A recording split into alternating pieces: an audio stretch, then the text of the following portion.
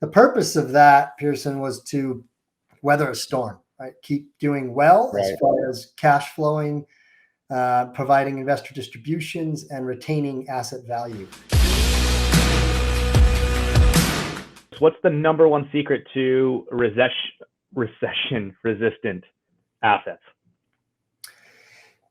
Number one, maybe I'll give you a couple thoughts here. So what does it mean to be recession resistant? Number one, I'll start with that.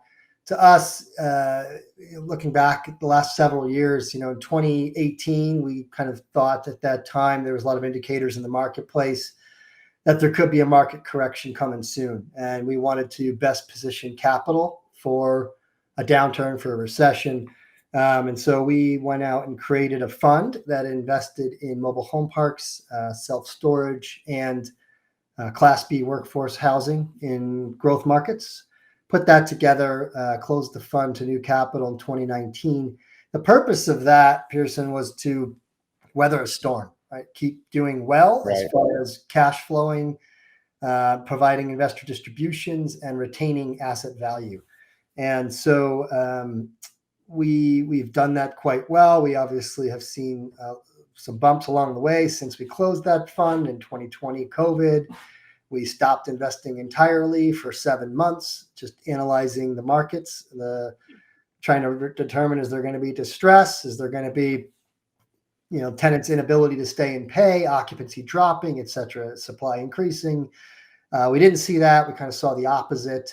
A lot of demand, high demand from residents, users of the assets, and then also from other equity groups who were selling to, right? So you want to always look at your exit strategy. And we found that the number of buyers for these assets was increasing pretty quickly. By about Q3 2020, we decided to continue what we were doing as far as investment strategy and thesis, but we added kind of shorter term deals, Pearson, to our criteria, 2 to 3 year holds.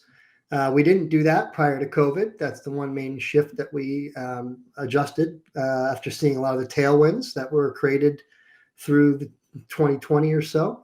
Rapid rent growth, rapid cap rate compression.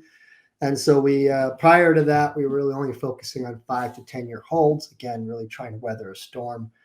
Fast forward to Q1 of 2022, we stopped and paused all shorter term deals again, moved back towards recession resistance, very much focusing on long-term fixed rate debt, conservative loan to cost, yield on cost, looking at a lot of these metrics, stabilized assets that have a value add play, and really more 5 to 10 year holds again. So that's a bit of our evolution over the last several years and how we focus a bit more on recession resistance.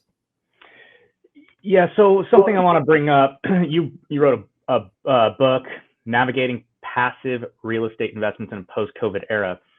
And you kind of mentioned how you shifted during the pandemic, right? From a long-term, buy and hold, value add, stabilized assets to a really quick, almost like a flip in some, sense.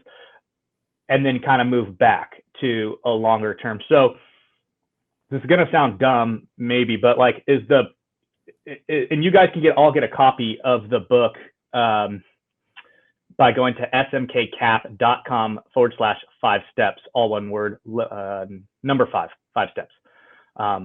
You guys can grab a free copy of that book. So I highly recommend going out and grabbing that.